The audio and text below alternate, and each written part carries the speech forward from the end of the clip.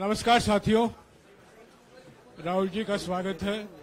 हमारे साथ राजस्थान के मुख्यमंत्री अशोक गहलोत जी, छत्तीसगढ़ के मुख्यमंत्री भूपेश बघेल जी, हेलो,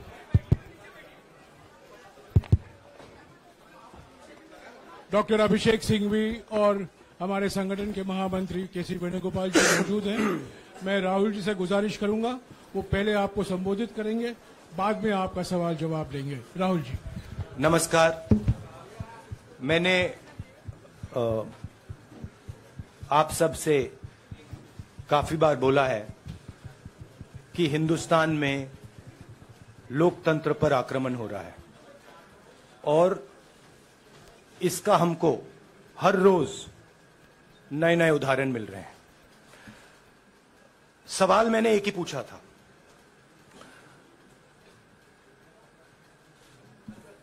फाउंडेशन पे जाता हूं, अदानी जी की शेल कंपनीज हैं, अदानी जी की शेल कंपनीज हैं, उसमें 20,000 करोड़ रुपया किसी ने इन्वेस्ट किया।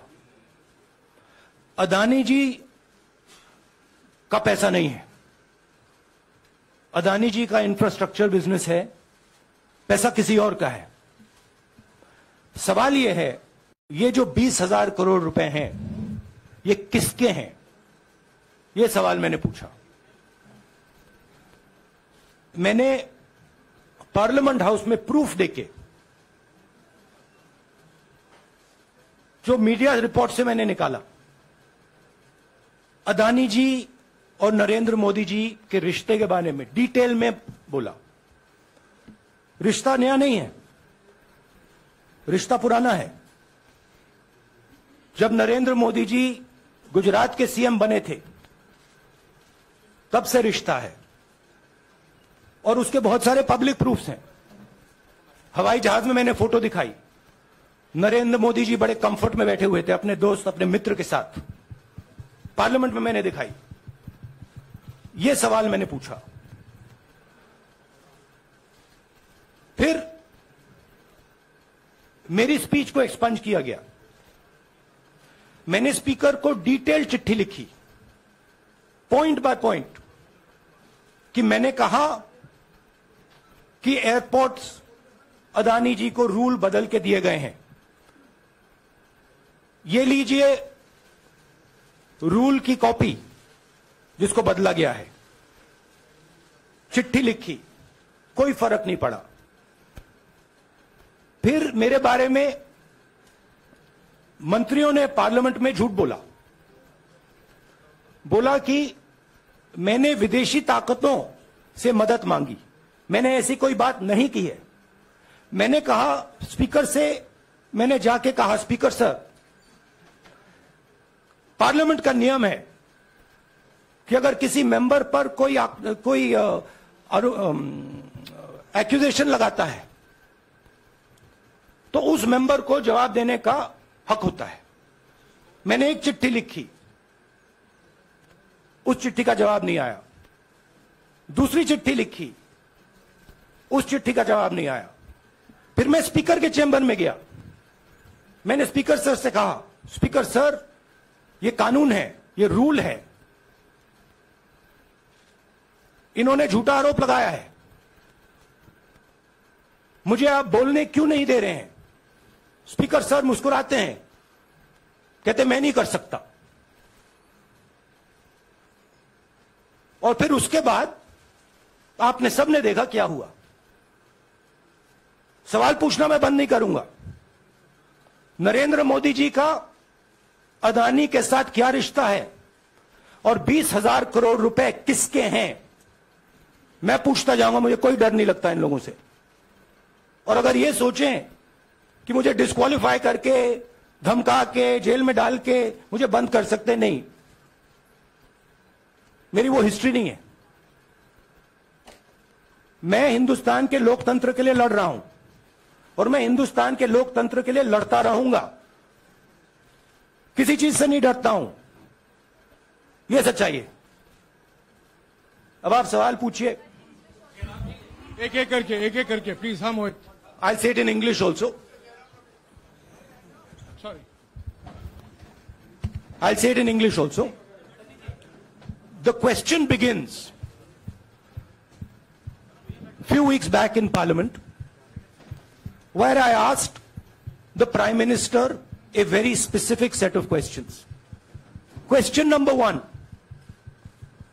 20,000 crore rupees or $3 billion are in shell companies owned by Mr. Adani. Mr. Adani could not have generated this money. He's an infrastructure business. Where did this money come from? Whose money is it? That was the first question. Whose shell companies are there? These companies are working in the defense field. Why does nobody know whose money this is? There is a Chinese national involved in this. Why is nobody asking the question, who is this Chinese national? That was the first question. Second question was, set of questions with proof. What is the Prime Minister's relationship with Mr. Adani? I showed a picture of the Prime Minister and Mr. Adani's plane relaxing. I gave documentation about the defense industry, about the airports, about statements made in Sri Lanka, about statements made in Bangladesh, pictures of Mr. Narendra Modi sitting with the State Bank chairman in Australia. And I put this proof on the table. Immediately after that, the BJP started its work. My speech was expunged. I wrote a letter to the Speaker with a detailed explanation on the defense industry, on the airports, with press clippings, supporting documents, legal documents, and said, this is the supporting foundation of my speech. I have not made this speech, I have not invented this. This is detailed research, here it is. Nothing happened. Nothing was revoked. My speech today is not part of the record of Parliament.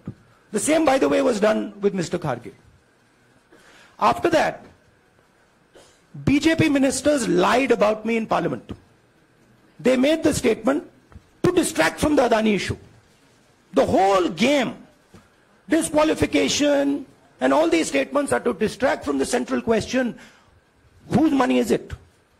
20,000 crores, whose is it? Kiska hai ye? That's the main question. The whole thing is to distract. So, they said that I've asked foreign forces to help India. Most ridiculous statement. I have never made such a statement. You can look at all the conversations I had in the United Kingdom. Not one such statement was made. In fact, I said this is India's problem. India has to resolve this problem, right? A minister lies on the floor of the House. I wrote to the Speaker and I said, Speaker, sir, it is my right as a member of Parliament, when somebody makes an accusation, to state my position. Please let me state my position. The first letter is not answered. I then write a second letter with more details, saying the names and what was said. Still no answer. I then go to the Speaker's chamber and I say, Speaker, sir, what is going on? We live in a democracy. You are the defender of that democracy. Why are you not letting me make my statement? The Speaker smiles and says, I cannot do that. Come and have a cup of tea with me. Right? So this is the whole drama that is being orchestrated to defend the Prime Minister from the simple question. Whose 20,000 crore rupees, whose $3 billion went to Mr. Adani shell companies? हाँ जी मोहित, एक minute, सबको मौका मिलेगा. राहुल जी, मोहित दुबे हूं मैं. मेरा सवाल यह है कि आप शहीदों. By the way, sorry, I just need to finish that. I left out a part. Look, I'm here defending the democratic voice of the Indian people. I will continue to do that. I'm not scared of these threats, of these disqualifications, of these allegations, of these prison sentences. I don't care. I'm not scared of them. Okay? These people don't understand me yet. I am not scared of them. They are used to everybody being scared of them. I am not scared of them. Right? And I will continue to ask the question, what is the Prime Minister's relationship with Mr. Adani? It is an old relationship. It is a relationship that began when he was Chief Minister of Gujarat. Mr. Adani constructed the idea of Resurgent Gujarat, organized all that. This is a partnership. It's a close partnership. I'm going to keep asking that question. Rahul ji, मैं मोहित दुबे हूं। मेरा सवाल यह है कि आप शहीदों के परिवार से आते हैं। आपकी दादी भी डिस्क्वालीफाई हुई, जनता के बीच गई, आप सत्ता में वापस आए। आज के दौर में राहुल गांधी भी डिस्क्वालीफाई हो गए हैं क्योंकि तमाम आपने इश्यूज को उठाया, चीन के इश्यूज को उठाया। क्या राहुल गांधी भी जनता के बीच में जाएंगे और वही वापसी फिर से करेंगे? राहुल गांधी भारत जोड़ो यात्रा में 4.5 महीने जनता के बीच में रहेंगे और वो मेरा काम है, वो मैं करता जाऊंगा। हाँ जी, अनवर आज के हिंदुस्तान में जो पहले राजनीतिक पार्टियों को सपोर्ट मिलती थी, मीडिया से मिलती थी, बाकी इंस्टीट्यूशन से मिलती थी, वो नहीं मिलती है। तो ऑपोजिशन की पार्टीज को एक ही रास्ता है, जनता के बीच में जाने का। हाँ जी, अनवर सर, भारतीय जनता पार्टी ने आप पर ओबीसी समुदाय के अपमान का आरोप लगाया है। इस पर आप क्या जवाब देना चाहेंगे भारतीय जनता पार्टी को? मैं पिछले भारत जोड़ो यात्रा में, आप मेरी कोई भी स्पीच देख लीजिए, मैं वहां कह रहा हूं सब समाज एक हैं, सबको एक साथ चलना चाहिए, भाईचारा होना चाहिए, नफरत नहीं होनी चाहिए, हिंसा नहीं होनी चाहिए। तो मेरी पोजीशन बिल्कुल क्लियर है।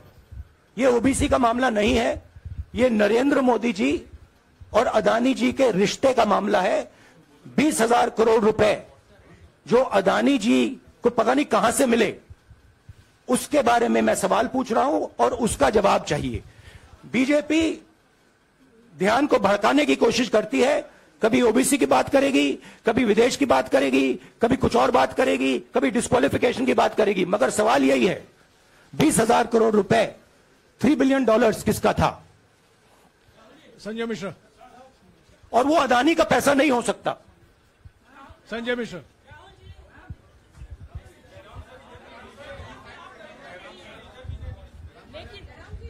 आपने कहा आप डरते नहीं हैं, लेकिन स्टेट के टारगेट पे हैं और स्टेट आपके खिलाफ है, पूरी स्टेट, पूरी मशीनरी आपके खिलाफ है। ऐसे में आपके सामने चैलेंजेस बहुत बड़ा है, तो रास्ता क्या है, रणनीति क्या है? देखिए भैया, चाहे स्टेट हो, चाहे कुछ भी हो, मैं सच्चाई को देखता हूं। मुझे और किसी चीज में इंटरेस्ट नहीं है, मैं सच्चाई बोलता हूं। राजनीति में यह फैशनेबल बात नहीं है, मगर यह बात मेरे खून में है। मैं और कोई रास्ता निकाल ही नहीं सकता हूं। तो मेरा काम यह है, यह मेरी तपस्या है, जीवन की तपस्या है, उसको मैं करता जाऊंगा। चाहे मुझे डिस्क्वालीफाई करें, मारे पीटे, जेल में डाले, मुझे कोई फर्क नहीं पड़ता। मुझे अपनी तपस्या करनी है। इस देश ने मुझे सब कुछ दिया है। शांत हो जाइए। इस देश ने मुझे सब कुछ दिया है, प्यार दिया है, इज्जत दी है, इसलिए मैं ये करता हूं। हाँ, Supriya. Sir, Rahul sir, BJP के जो लीडर्स आप पे अटैक कर रहे हैं उस पर आप क्या कहेंगे? और इसके अलावा वायनाड, वहां पर जब से खबर गई है, वहां पे लोग बहुत डिसबिलीफ में हैं, प्रोटेस्ट भी इरप्ट हो रहा है।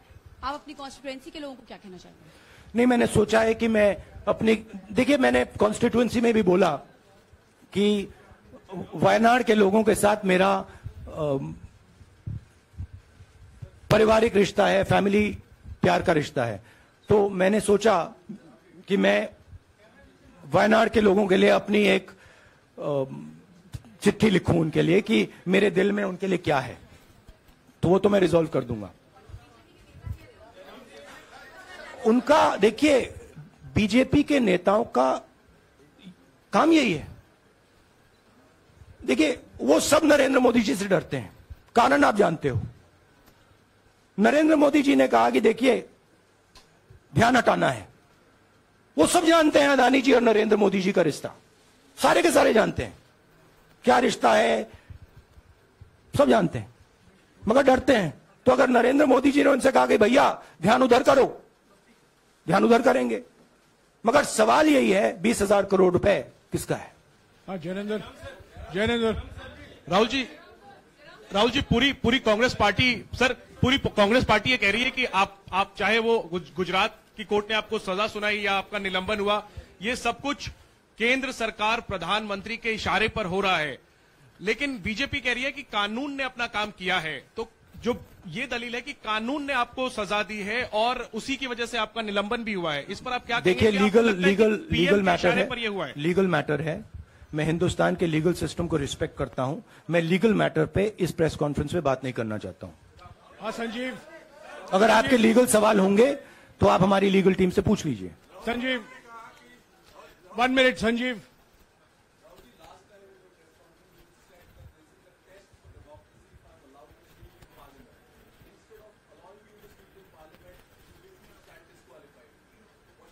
No, look, please understand why I have been disqualified.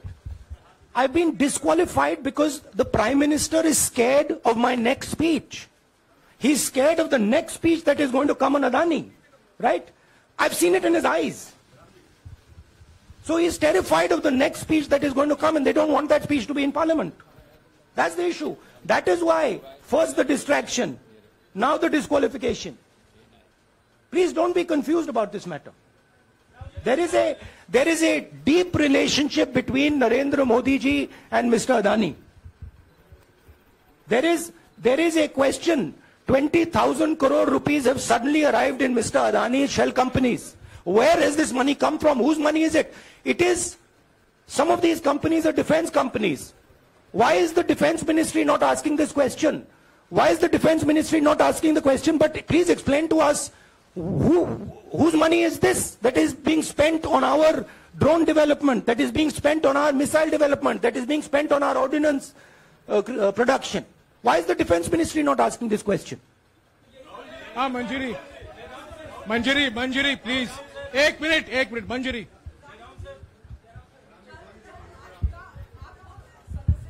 रद्द हुई तो उसके बाद बहुत सारे ऐसे विपक्षी दल जो अभी तक कांग्रेस से दूरी बना के चलते थे, वो भी आपके समर्थन में आए। तो आपको क्या लगता है अब वो समय आ गया है जब सारे विपक्ष को एकजुट हो जाना चाहिए? मैं उन सब विपक्षी दलों का धन्यवाद करता हूं कि उन्होंने इस बात में हमारी सपोर्ट की और हम सब मिलके काम करेंगे। रंजीता, जिस बयान को लेकर आपको ये सजा सुनाई गई है, क्या आपको लगता है, आपको अफसोस है उस बयान को लेकर? क्या कहेंगे उस बयान पर? अब देखिए, अब ये लीगल डिस्कशन है, उस पे मैं टिप्पणी नहीं करना चाहता हूं क्योंकि ये कोर्ट में मामला है। मगर मैं जो भी सवाल उठाता हूं वो सोच समझ के उठाता हूं। हाँ जी, नीरज। राहुल जी, अभी कुछ ही दिन पहले लक्षद्वीप के सांसद मोहम्मद फैजल की सदस्यता गई थी और बाद में हाईकोर्ट ने स्टे कर दिया था। अभी उनकी मेंबरशिप रीइंस्टेट नहीं हुई है। देखिए, सुन लीजिए। हाँ। राहुल जी सुन लीजिए, अभी उनकी सदस्यता रीइंस्टेट नहीं है, लेकिन चुनाव आयोग ने चुनाव की घोषणा करने के बाद उसे रोक दिया था। अगर ऊपरी अदालत से आपको स्टे मिलता है तो आपको उम्मीद है कि लोकसभा स्पीकर भी आपकी सदस्यता को बहाल कर देंगे? मुझे उम्मीद में कोई इंटरेस्ट ही नहीं है। चाहे मुझे सदस्यता मिले ना मिले, मैं अपना काम करूंगा। अगर ये मुझे परमानेंटली डिस्क्वालीफाई कर दें तो भी मैं अपना काम करूंगा। अगर मुझे रीइंस्टेट कर दें तो भी मैं अपना काम करूंगा। मुझे कोई फर्क नहीं पड़ता मैं पार्लियामेंट के अंदर हूं या बाहर हूं, कहां हूं। मैंने आपसे कहा मुझे अपनी तपस्या करनी है, मैं उसको करके दिखाऊंगा। आपके लिए नहीं, अपने लिए। रवि, एक मिनट रमन। हाँ। एक मिनट रमन।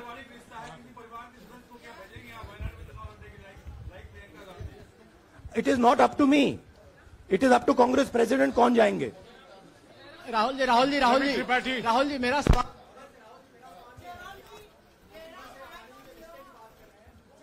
आपके यहाँ बैठे हैं। हाँ। दोनों मुख्यमंत्रियों का भी अडानी जी से रिश्ता है, उनके साथ लेन देन का मामला, उसका कहा धंधे का मामला है। लेकिन क्या धंधे का मामला क्या बात कर रहे हैं? ये धंधा रोकेंगे ये लोग? जिनके पास जो भी स्टेट का उनके साथ नाता है, जो भी बिजनेस चल रहा है, वो बिजनेस रोका जाएगा क्या? देखिए, सिंपल सी बात है, आप डिस्ट्रैक्ट करने की कोशिश मत कीजिए। 20,000 करोड़ रुपए अदानी जी की शेल कंपनीज में कहां से आए? आप इंक्वायरी कीजिए। अगर बात निकली कि हमारे चीफ मिनिस्टर का पैसा है तो इनको जेल में डाल दीजिए। अगर बात निकली तो किसी और का पैसा है तो उसको जेल में डालिए। Siddharth sir, Rahul sir, please madam, 1 minute. Madam आप लोकतंत्र को समझिए। ये जो पैनिक रिएक्शन इन्होंने किया है नरेंद्र मोदी जी ने, इससे सबसे ज्यादा फायदा मिलेगा विपक्ष को। ये इन्होंने हमें हथियार पकड़ा दिया है। ये आप बात समझिए। ये मोदी जी पैनिक में आ गए कि बात निकल जाएगी, ये 20,000 करोड़ रुपए किसके हैं, डर गए, घबरा गए, इन्होंने पूरा सीक्वेंस शुरू कर दिया। ये विपक्ष को सबसे बड़ा इन्होंने हथियार दिया है राहुल जी, क्योंकि जनता के माइंड में अब एक सवाल आ गया है कि जनता जानती है कि अदानी जी भ्रष्ट व्यक्ति है। अब जनता के माइंड में यह सवाल उठा है कि इस भ्रष्ट व्यक्ति को हिंदुस्तान का प्रधानमंत्री क्यों बचा रहा है। यह मतलब अब सब कुछ बीजेपी के लोग, नरेंद्र मोदी जी सब कुछ इस व्यक्ति को बचाने के लिए क्यों कर रहे हैं। दूसरा सवाल, बीजेपी के लोगों ने कहा कि अदानी पर आक्रमण देश पर आक्रमण है। मतलब इनके माइंड में देश अदानी है और अदानी देश है। बात समझिए राहुल जी, मेरा सवाल आपसे ये है कि जब आप ये फैसला सामने आया, आपको मैक्सिमम पनिशमेंट जो है इसमें जो हो सकती है वो आपके लिए मुकर्रर की गई। इस बीच कई लोगों ने यह भी कहा, आपके पार्टी के भी एक सांसद ने कहा कि कम से कम जज को यह देखना चाहिए था कि सामने जो शख्स है वो एक गांधी परिवार से आता है। इस पर आप क्या कहेंगे? और आपको लगता है मैक्सिमम पनिशमेंट जो है आपके केस में, मैक्सिमम पनिशमेंट आपके लिए मुकर्रर की गई, क्या आपको इसके पीछे क्या कहना है आपका? वही मैंने कहा, अगर डिस्ट्रैक्शन करना है, मैक्सिमम पनिशमेंट की तो जरूरत है। मिनिमम पनिशमेंट से बात थोड़ी बनेगी। मैं तो सोच रहा था भैया 5 साल होते, 7 साल होते, 10 साल होते, वो भी मिल जाता। मुझे क्या फर्क पड़ रहा है यार राजदीप।